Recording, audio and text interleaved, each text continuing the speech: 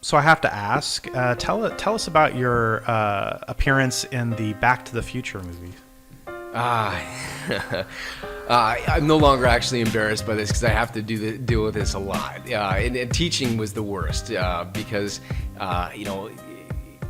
kids would bring up the fact that I did some acting quite a bit and raise their hand in class and say certain lines from the back. But yeah, I did some child acting. I grew up in LA or that area, and so I joke that you have to do certain years of service in the industry.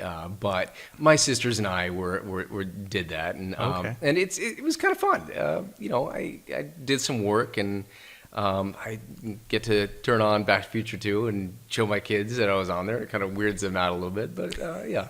I'm glad I did it.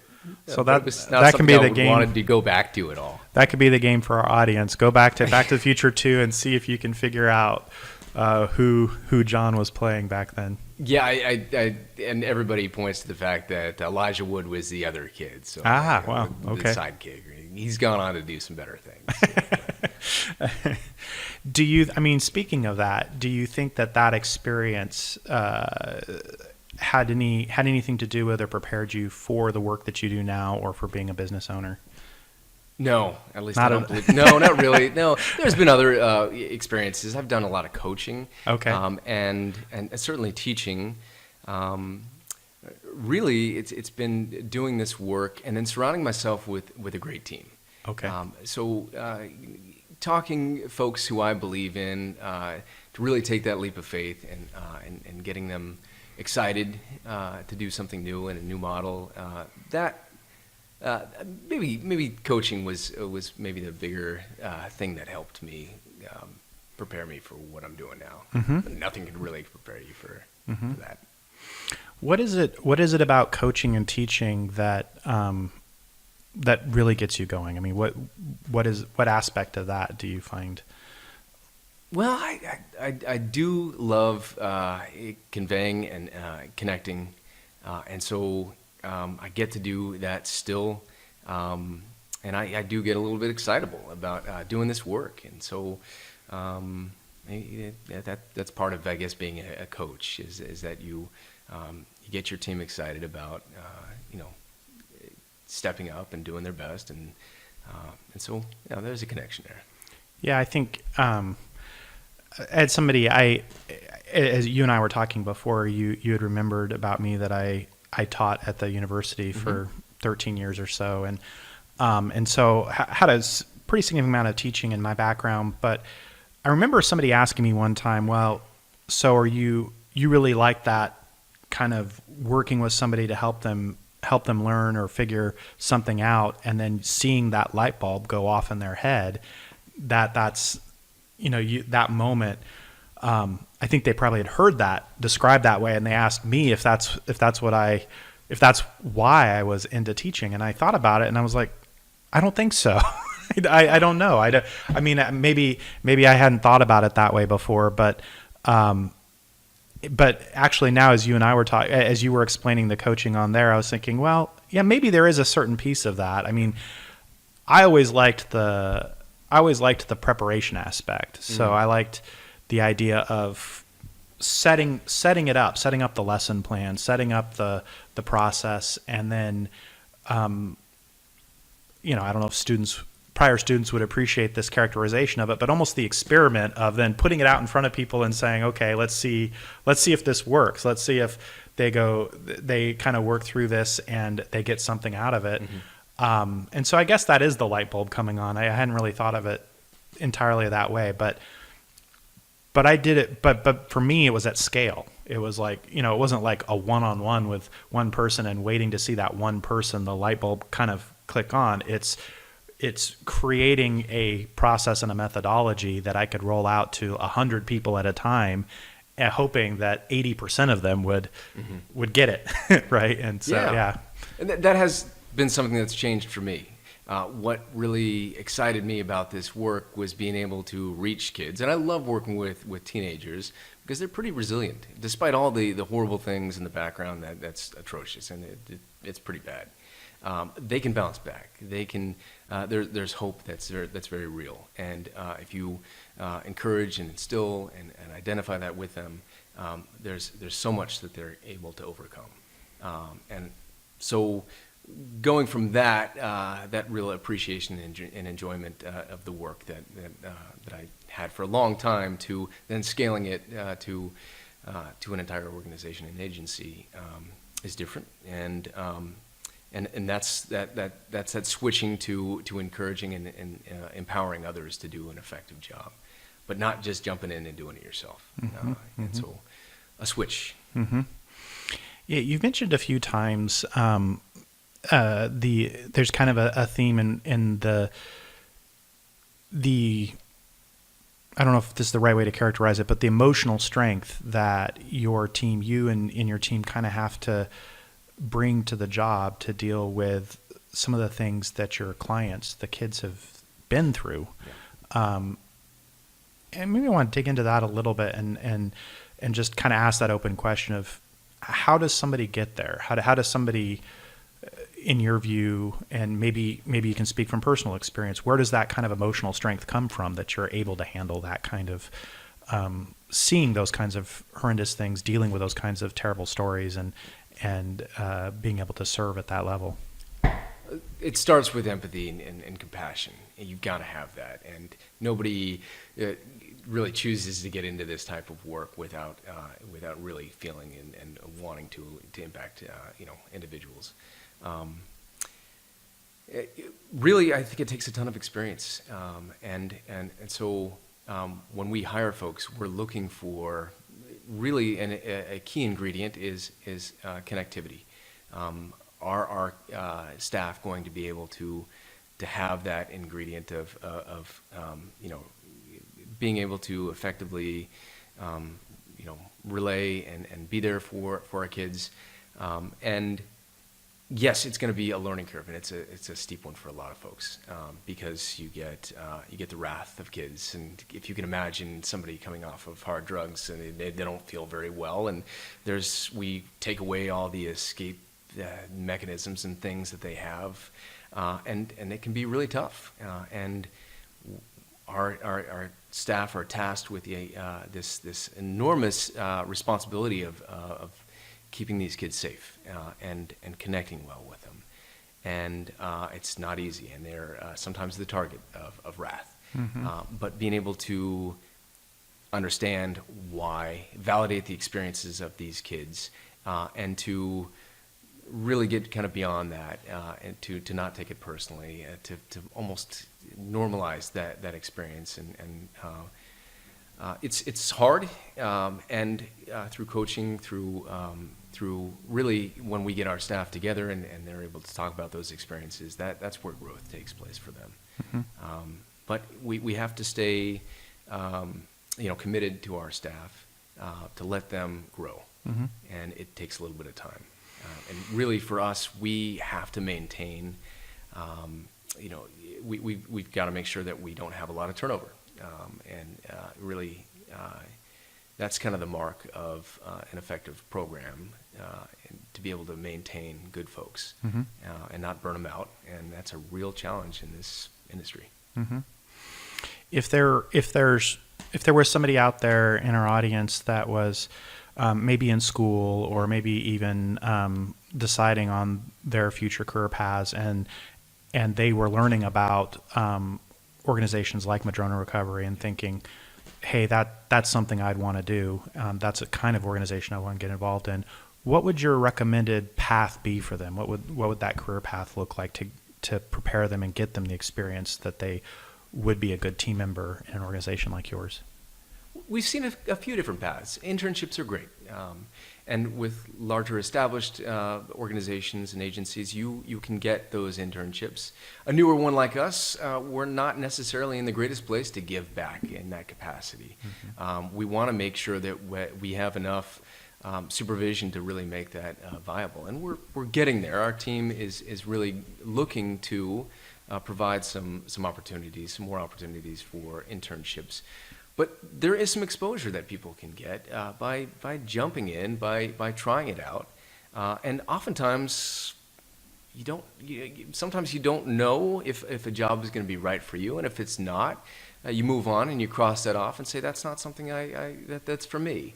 But when you are able to identify a path that makes sense for you, and you take that leap of faith and spend some time and energy and maybe some more education, you can really develop a path. I think it's really important for anybody looking to get further education, graduate school, social workers really need some experience working in the field. And I think it's pretty tough to go from undergrad to graduate school without some exposure. And for good reason. You spend a lot of time and money, and if you're done with graduate school and it turns out that work is not for you, it's pretty hard for folks. And likewise with teachers. So going through graduate school education, to see folks that realized at the end of it, this really wasn't for them, it's painful and expensive. And so try it out, and actually, for the direct care work that we do, there are opportunities to kind of have entry-level exposure to it, and it's a good way to do it. I've seen some great folks who have, started off, deer in the headlights kind of experience when they first begin, and they blossom into outstanding professionals. And so getting into it, seeing if it's for you, it's okay if it's not. Maybe that leads you to a different path that's not too disconnected from what you're doing. But I'm really proud of some of the folks that are younger, that have worked with us, that are moving on and going into graduate school, who had to figure out that, in fact, this work is for them. That's been wonderful to watch. Yeah, that's great. And something else that you mentioned is that your facility, you're kind of a smaller facility compared to there are much larger facilities in this kind of field. How many? Well, let me throw a statement out there and see if I'm hitting it right. That you, because of your size, you're able to offer a more intimate, personalized experience. Is that often the case in comparing what you do to what a larger facility might do? Yes, and we're intentionally small. Really, when you have kids who are dealing with a lot of trauma, a lot of crisis, you don't want to house too many kids in one building. I mean, and so smaller groups, smaller milieu size, those things are very helpful. We don't want to have our kids who are blowing up and are going through a lot of, experiences that are negative to be around other kids that are going through that, and just very difficult to manage. And so for us to be able to offer a lot of direct care work in a smaller setting is very helpful. And so that has been a reason why we were able to kind of start, is because that was needed. And so it allowed a former teacher to kind of be able to get in, where other larger companies maybe would have been more appropriate for doing that, because it's cash intensive. Sure. And you kind of mentioned that there was this need in the kind of the community, which is, I mean, it's somewhat geographically dependent, right? Because most of your clients are going to come from the area of the facility. Is that We're right? Actually all over the state. Okay. And we work a lot with child welfare at DHS, and so we're getting kids, and our aim is really to serve the most appropriate clients. Kids are with us for 21 to 30 days, so it's best if they are being served in a community where there's family that can come visit, and always best if they're not coming from too far away and staying for extended periods of time when that's not necessary. And so our goal is to serve kids in our region that are dealing specifically with mental health and addiction that need this exact service.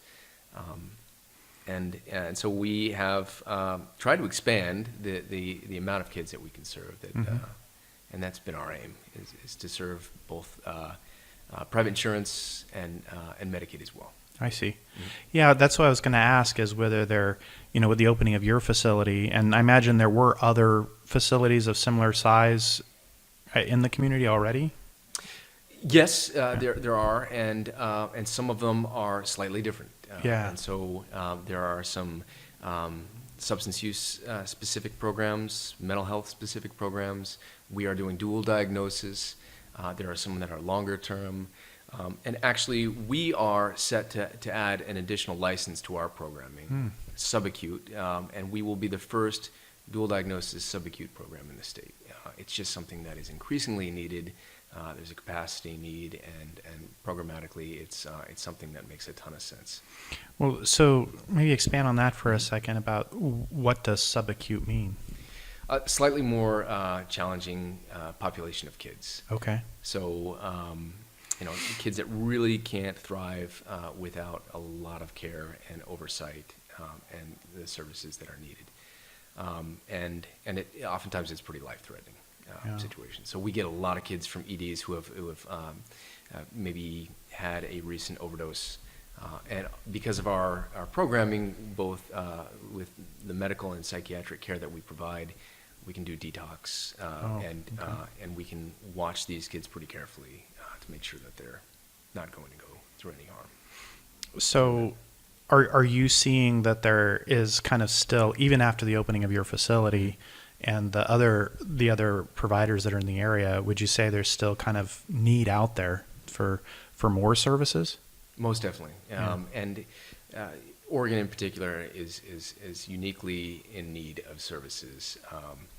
And I would say DHS in particular is making great efforts to attend to those needs. And they've been, struggling to meet capacity needs and serve kids as best they can. And so we're part of that solution as well for them. Mm-hmm. Yeah, I guess that kind of leads me to the next question, and you spoke to this a little bit, but what is next? What do you see over the next, say, 12 months for Madrona and for you? Yeah, so I mentioned kind of stepping back a little bit because we've been drinking from the fire hydrant for a while, and that is a reality of being a startup.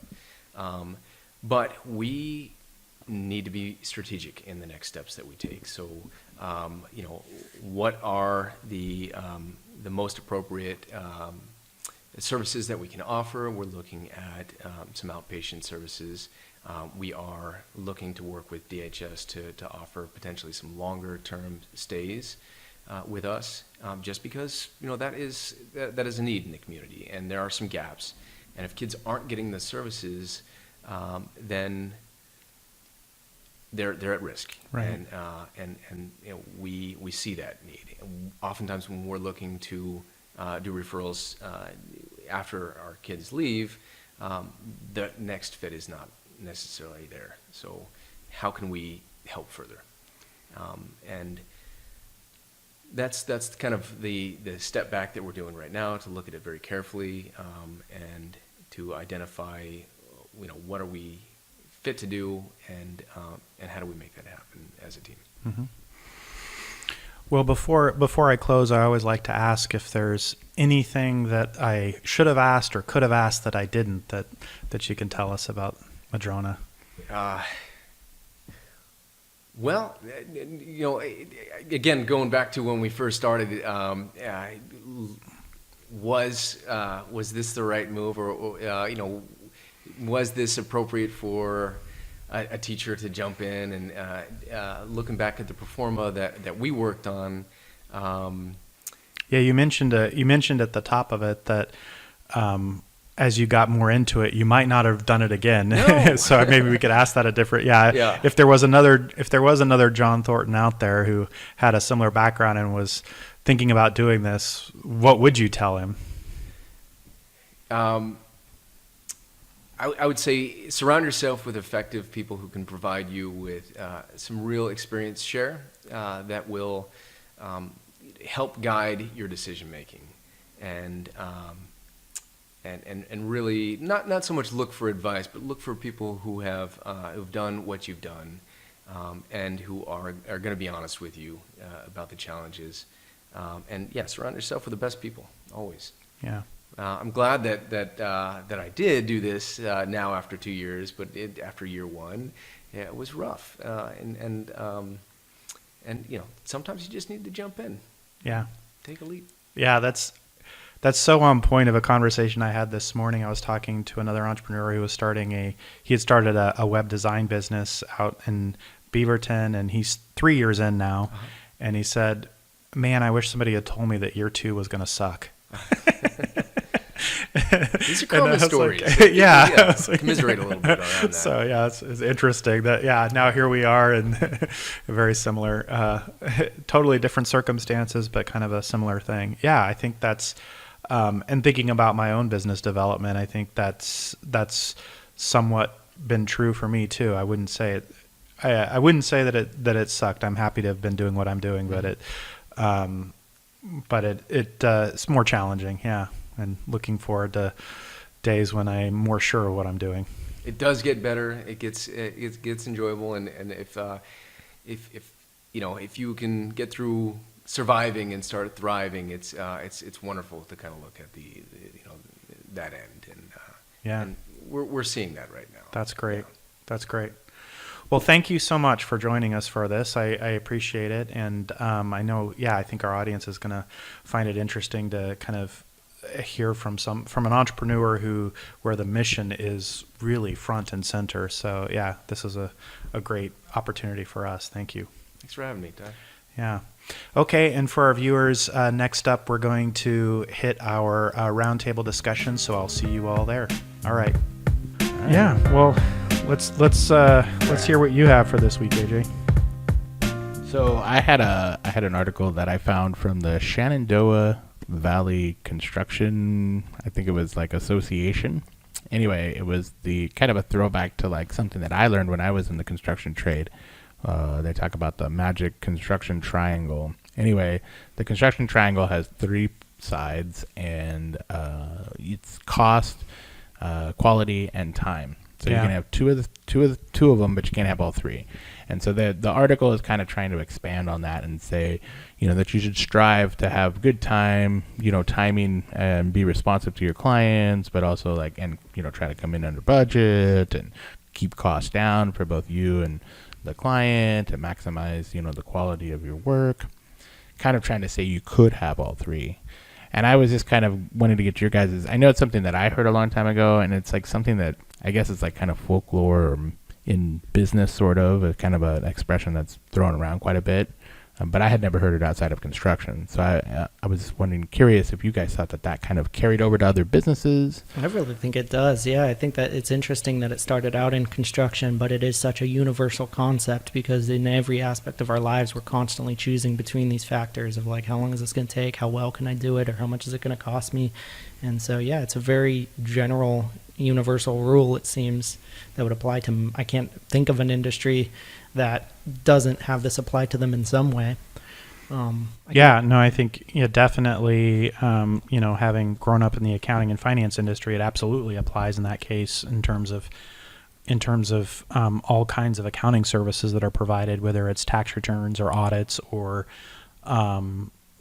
consulting services like what we do at TCA. I mean, it's definitely there's those factors of cost, quality, and time have to be considered as trade-offs. And where's the focus, or where is your? I think of it as where is your market position? Where's your promise to your from a service perspective? Where's your promise to the client? Right. And I think what you were mentioning about the article, the suggestion that the goal is to just maximize all of them. Okay, but I think then your promise, if you think of that from my perspective as you're creating a market position about where you are in the triangle, what that tells me is that you're in the middle of the triangle. Right. So you're not outstanding on any one of those. You're kind of you're good at all 3. So, and I think there's a market position for that. There's the utility players in the market on whatever it is that is, they're kind of timely, but they're not the fastest. They're affordable, but they're not the cheapest, and they're not the most expensive. And the quality is decent, right? They're kind of middle of the road. And I think on all of those, because I think if what the article is not, in my view, is not being honest with itself about is the fact that you cannot be an all-star in all three of those for sure. That to me is ridiculous. Yeah. The sort of the conventional wisdom I've always heard on this is that you can have two, but you can't have three. And I think that there are a lot of companies who focus on that. They say, I'm going to do these two. But I think that it's possible to excel and be successful also focusing strictly on one. I tried to think of an example. I think probably the first one that comes to mind would be Ferrari, in which that's a car company that's not focused on building something quick or building something that is low cost, but is strictly focused on quality, and that's what they believe sets them apart, and that's their focus. But I think it is a lot more traditional to pick two and have a company that believes they can do both, or some version of all three, like you mentioned. So do you think the only thing that you could excel at would be the quality? Like you're talking about quality then being the Ferrari having either eye appeal or like horsepower or engineering appeal quality sort of thing that you sell it on that. And that price and timeliness kind of, I guess, could you just sell on something be like if the quality wasn't that great and sometimes the truth in business, in my opinion, is sometimes quality actually doesn't matter. Yeah. Right. We always say, quality always matters, and I always deliver a quality product, and nobody goes to market and says the quality of our product kind of sucks, but nobody will say that, right? But the truth is that there are scenarios where the quality actually doesn't make much of a difference, and I think you have to think of it on a relative scale. So on any of these three things, it's not an absolute scale. It is when we say quality doesn't matter or quality is not that good, we mean in comparison to all the other players in the market. Yeah. So there's kind of like this minimum level of sufficiency, right? Right. And now it's pretty low because the example I thought of for cost is the Dollar Tree or the dollar store, which is focused so much on cost. And then when you think about the idea of quality, it's like there's something there, right? They don't just sell nothing, but I mean, it's pretty close. Right. And I mean, I think we do see this in. I've seen it in accounting services lately, where the focus is on a minimum, kind of what would be considered a satisfactory level of competence and performance, because you've got compliance requirements, right? I mean, accountants can't just totally provide wrong answers and fill out forms completely incorrectly without having regulatory problems, right? So you kind of have this kind of minimum level of sufficiency, but there's been an effort within the accounting industry to focus on almost manufacturing principles of lean process and lean business processes in order to increase the throughput of accounting work more efficiently, so to speak. Mm-hmm. And in talking about this idea of lean process and lean and creating efficiencies, people completely ignore if it has any effect on quality, because to raise your hand and say, well, it could have an effect on quality is almost heresy, because it's like, well, are you accusing the accountant or the accounting firm or the CPA of sacrificing quality? And nobody wants to accuse their colleagues of that or professionals of sacrificing quality. But I'll say for sure, if your focus is on lean process, you are not focused on quality. I mean, you can't be focused on both. By definition, you really cannot be focused on being at the top of your game at both. You can be at a level of sufficiency for quality and meet all your regulatory and compliance hurdles, but for sure you're not aiming to be the highest quality provider if you're aiming to be the leanest processed provider, right? And also, I mean, quality of service, if you're providing services in the technical realm, it's not just do you have the most knowledge or do you provide the best answers? It's also how responsive are you with your clients, and don't be an asshole. Yeah, right. And I mean, and not to build off that statement in this way, no. But I mean, part of the lean process thing that you see, like I'll just throw it out there. One of the things that is being preached in the accounting community is this idea that if you're doing a tax return or a schedule or a financial statement or something for a client, you should refuse to do any part of it until all the information comes in from that client. Yeah. And so, I mean, because that's how you make your process on your side the most efficient, right? Which is true. That is how you make your process more efficient. But it is not quality service for clients, right? And so, but that would be an example of where you have to ask the question of, does the market that you're dealing with there care about the quality? And it may be that they don't, right? It may be that there's enough of a market of people who don't care that the exact timeliness of or the exact schedule of getting things done with their accountants, for example, isn't as important as keeping a low fee that's efficient, which is built off efficiency. Yeah. So as long as the accounting firm can provide a low fee and have quality at a reasonable level there in terms of the right answer, then they're willing to sacrifice quality in terms of responsiveness and getting things done sooner rather than later, even if, right? I mean, what we're getting at is the client who wants something done sooner rather than later, but actually doesn't do their part to give the accountants the information, right?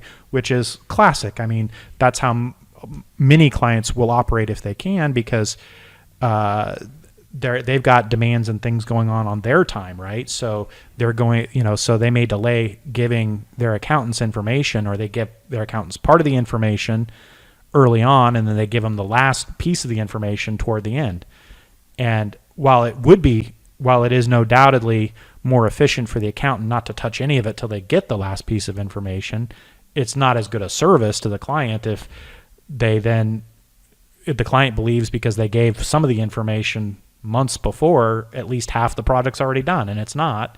That's a service problem, right? Well, and a lot of times you don't even know what you don't have until you get in there and start doing it and realize, okay, I actually needed this piece of information.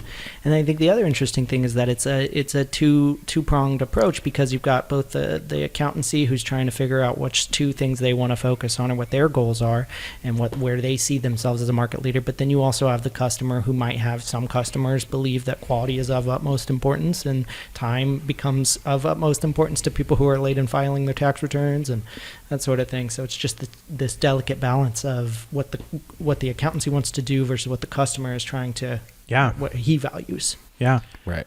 And the client may just want it to be timely and relatively cost effective, and the quality, the level of service and or the level of expertise being deployed may not mostly matter, because maybe the work involved doesn't actually require a high level of expertise in terms of that part of quality. I'm almost, as we're talking about this, I'm almost like splitting quality into two. It's almost like I've got a 4-part triangle, right? Because I'm like you've got tie square. Yeah, because you've got cost and you've got the cost and you've got the time.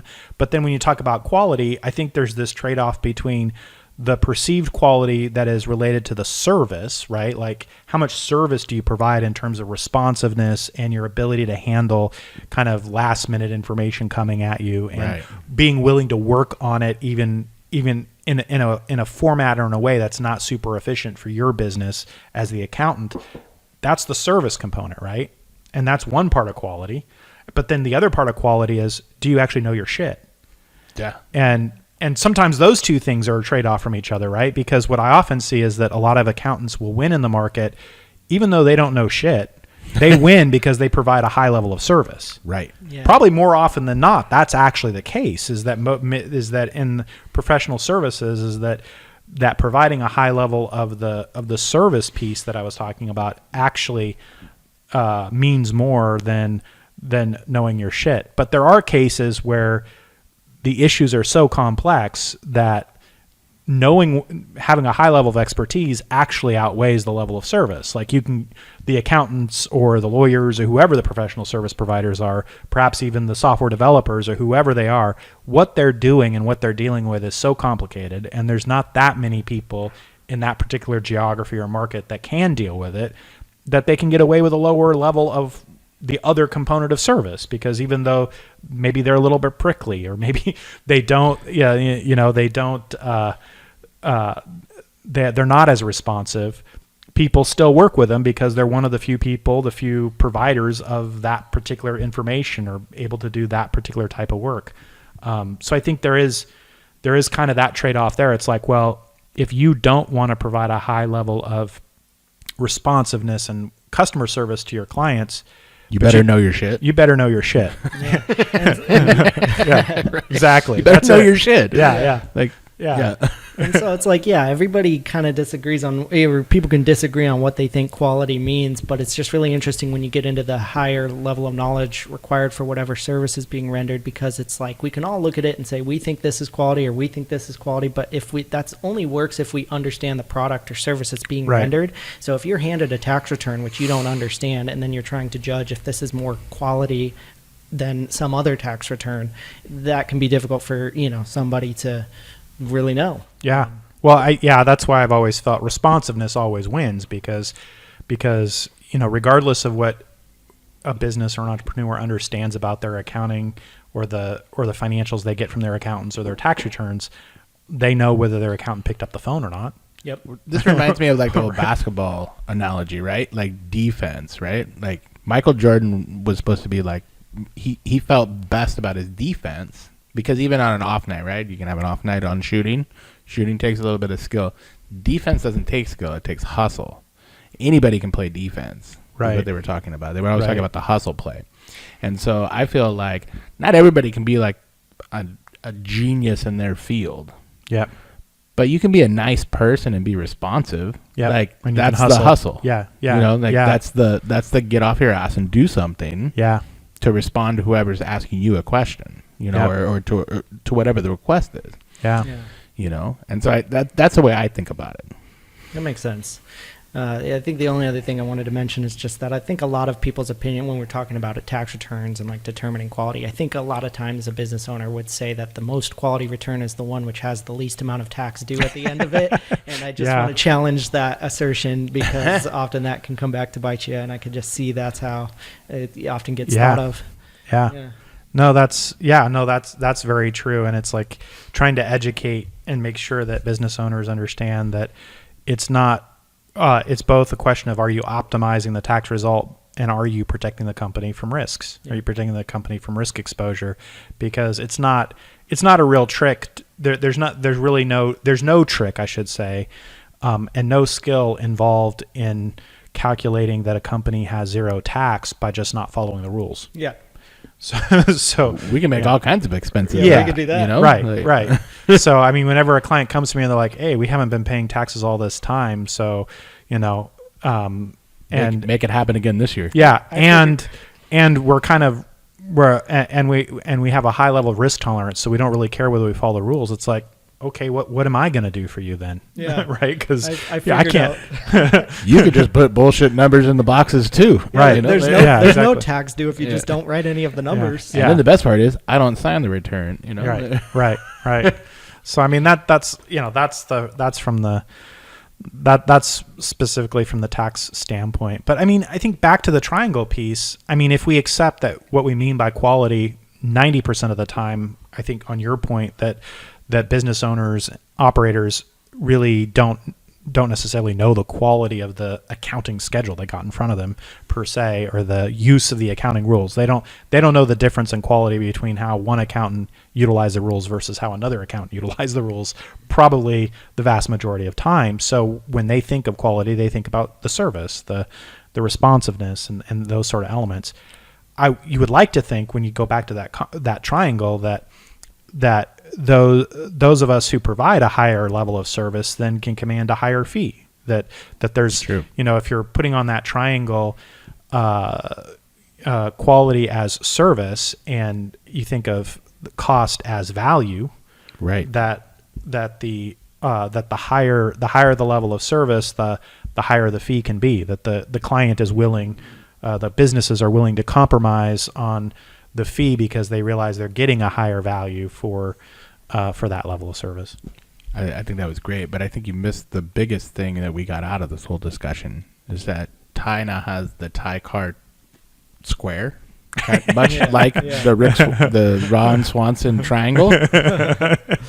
Ty now has a square that we'll put up at the end of the video. Yes. And it's no longer the triangle construction; it's the Ty car square. Yes, with two different qualities: Yeah. expertise versus real service. Yes. Excellent. Yeah. He just didn't want anyone to make the pun triangle. Okay. That's what we're gonna end on. That's what we're gonna end on. Is triangle. Somebody. That's You true. guys weren't going to do it. I looked at you. You weren't doing it. Oh my God! Turn the mics off now. Yeah. Especially Charlie's. I would not have even thought of that. Wow. And you're the only one drinking coffee. Right. Sorry, Yeah, got that's it. true. Yep. Yeah, that's true. Like That was somewhere in there. Charlie can do all this without any assistance. Yeah. That's great. All right. Well, I want to thank you guys again for a good roundtable discussion. Good topics this week. Yeah, and thank our audience. Thank you for joining us. And please hit that subscribe button. Turn on notifications so you can see when we're coming out. Like us and tell your friends and colleagues about us so we can continue growing this program and this community for you all. All right. We'll see you guys next time.